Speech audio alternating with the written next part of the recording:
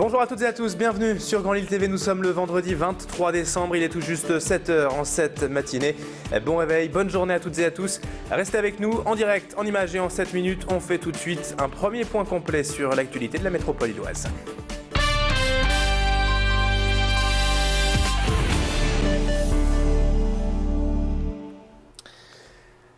Et à la une de l'actualité, tout d'abord, on revient sur ce braquage d'un fourgon blindé hier à Lille vers 11h. Hier matin, 3 hommes armés et cagoulés ont attaqué un fourgon devant le bureau de poste du boulevard de Metz. Un braquage particulièrement spectaculaire puisque des échanges de coups de feu ont été tirés entre les convoyeurs et les braqueurs. Des malfaiteurs qui sont parvenus malgré tout à s'emparer de plusieurs sacs d'argent pour un butin de près de 200 000 €.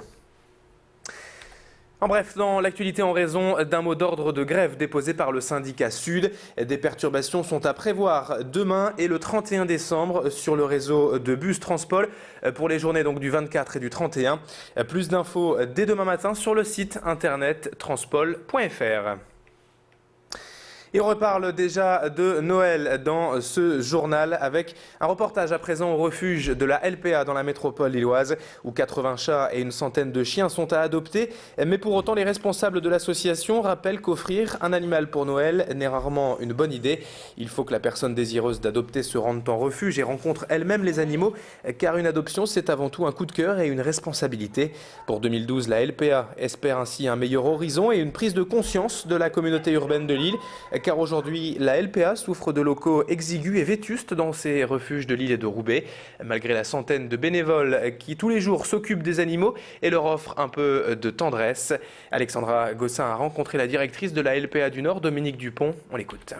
On doit faire face malheureusement à la concurrence des adoptions qui se font sur Internet par les sites d'annonces gratuites qui sont une très mauvaise chose pour la protection animale parce que ça n'apporte absolument aucune garantie sur l'état de l'animal et en plus ça pousse les gens à faire de la reproduction et quand on sait que la surpopulation animale c'est le facteur le plus important des souffrances animales, on pense vraiment que la facilité qu'apporte l'adoption sur Internet est une très mauvaise chose pour les animaux. Et on reparle tout de suite de Noël, bien sûr, en ce 23 décembre dans ce journal, car pour beaucoup de personnes isolées, cette période ne ressemble pas aux fêtes joyeuses que l'on évoque d'ordinaire. Mais avec l'association Les Petits Frères des Pauvres et ses bénévoles, des centaines de cadeaux vont être distribués aujourd'hui, vendredi, aux personnes âgées isolées et sans famille, notamment pour ne pas les oublier en cette période de fête. Une vingtaine de bénévoles se sont affairés donc depuis plusieurs semaines pour rassembler et emballer tous ces cadeaux pour ensuite les distribuer. Donc aujourd'hui, une très belle manière de recréer un lien intergénérationnel avec ces personnes âgées. Et à noter que l'association a encore constaté beaucoup de générosité cette année, malgré l'ambiance économique actuelle plutôt morose.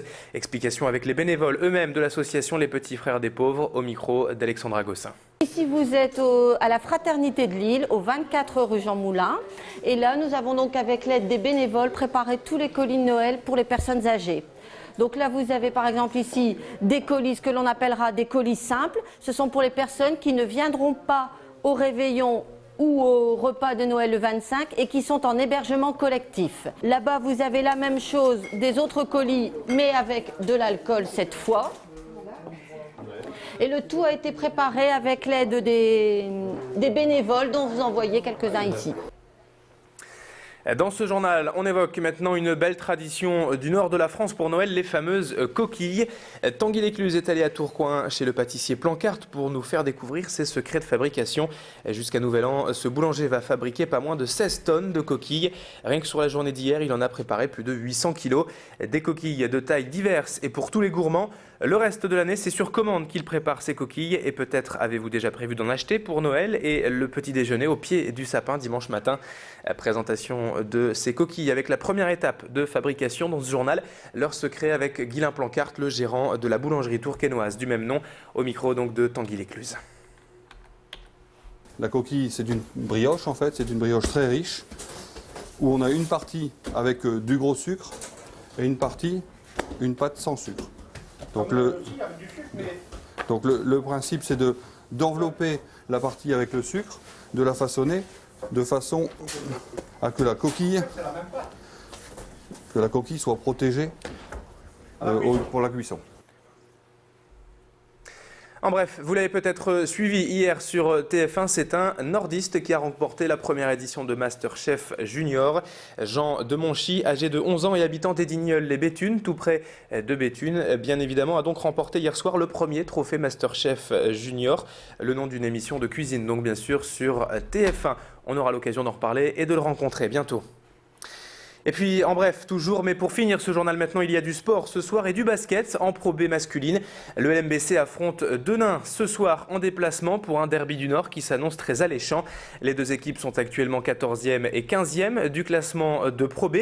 Ex aequo en nombre de points, cette rencontre vaudra donc très cher avant la trêve.